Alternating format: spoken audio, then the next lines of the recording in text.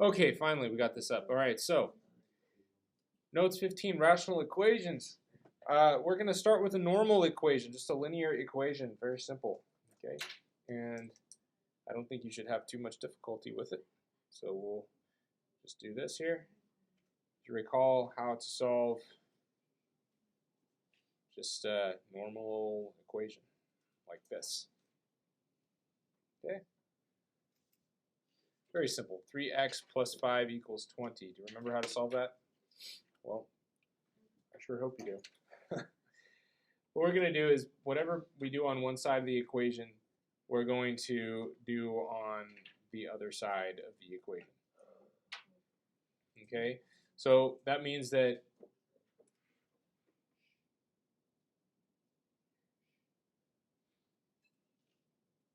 minus 5 minus 5.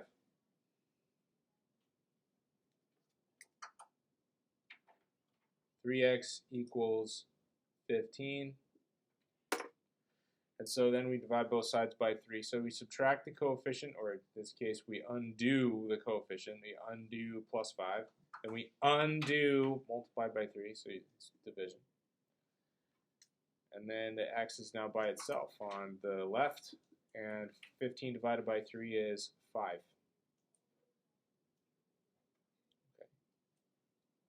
By 3 is 5.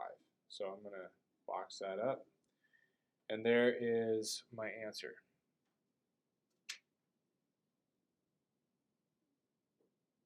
Okay. So what I'm going to give you now is a slightly different equation.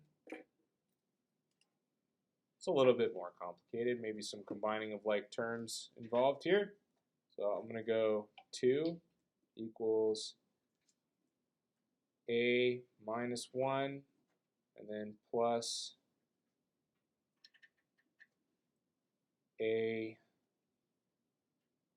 plus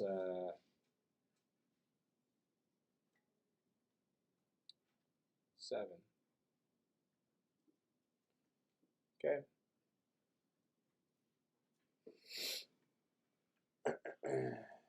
All right. So this is an A. This is an A. I maybe should have put an X, but that is an A there.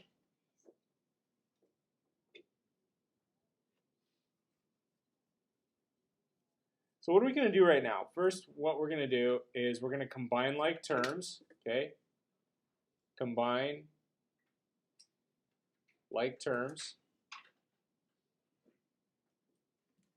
So on this side we have an A plus an A. That's what? 2A, right? So 2A, and whatever we do on the right side of the line, we do on the left side of the line when we add or subtract something. But we're just combining, okay?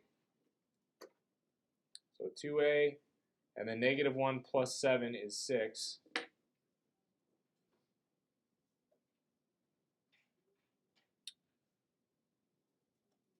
Okay, so we combine negative 1 plus 7, and then we've got on the left side 2. And then we can undo. So this is basically another two-step equation. Okay, so minus 6, and we got negative 4 here equals 2a, and then we can divide both sides by 2 and easily see that our answer is negative 2 is equal to a in that case. So sometimes you've got to combine like terms before you solve to get the answer. So this is all review, right? What I'm going to give you right now is not review. So what if you get something that looks like this? Okay, so I'm going to continue on here with the third example. The third example is new. All right, so I give you 2, and then I put it over 3, equals a minus 1 over a, plus a plus 4 over a. Oh boy, what do I do now? this is looking a little bit different, and it is, but just attack it the way I tell you to, and you should be just fine. First thing you want to do is you want to find, you have three fractions here, do you not? You want to find the common denominator for all three fractions, okay? Find a common denominator.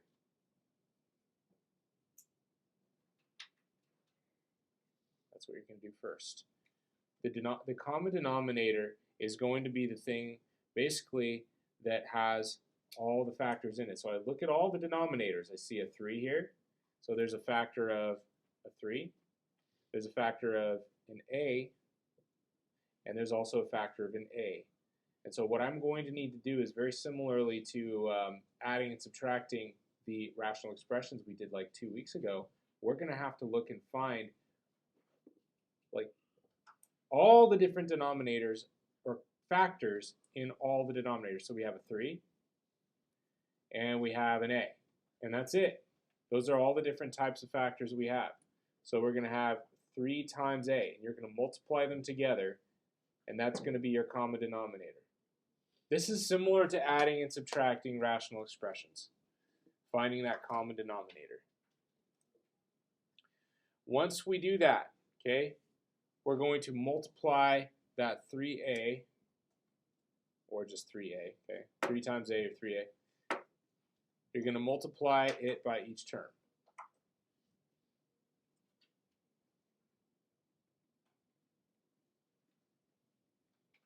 What is a term? It's something separated by pluses and minuses. So here's a term. There's 3 terms. 1 here, 1 there, 1 there. So I'm going to multiply each one of those by the 3A, okay? And you'll see what actually happens there when I do that, okay? Now this may be a little bit tricky for you, okay? But this is what I like to do, okay? Multiply that common denominator by each term. Now we've already talked about canceling matching factors. Bless you. Canceling matching factors on top and bottom. So now since we've got this thing separated by multiplication here and here and here, essentially we can cancel out matching 3's here. Okay, so I'm going to just say cancel matching factors.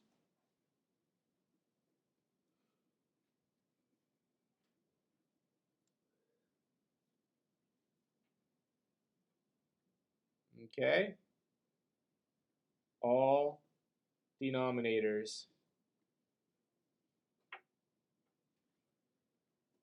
should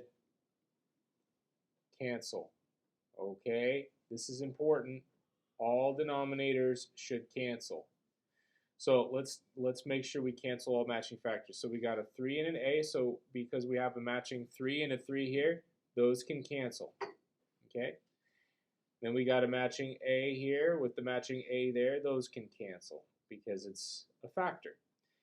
This right here can cancel with that A right there. But some of these you're left like with an A up there, and you're left with a 3 here and a 3 there. But what happened? All denominators canceled. Okay? And the last step is rewrite numerators and solve. Okay?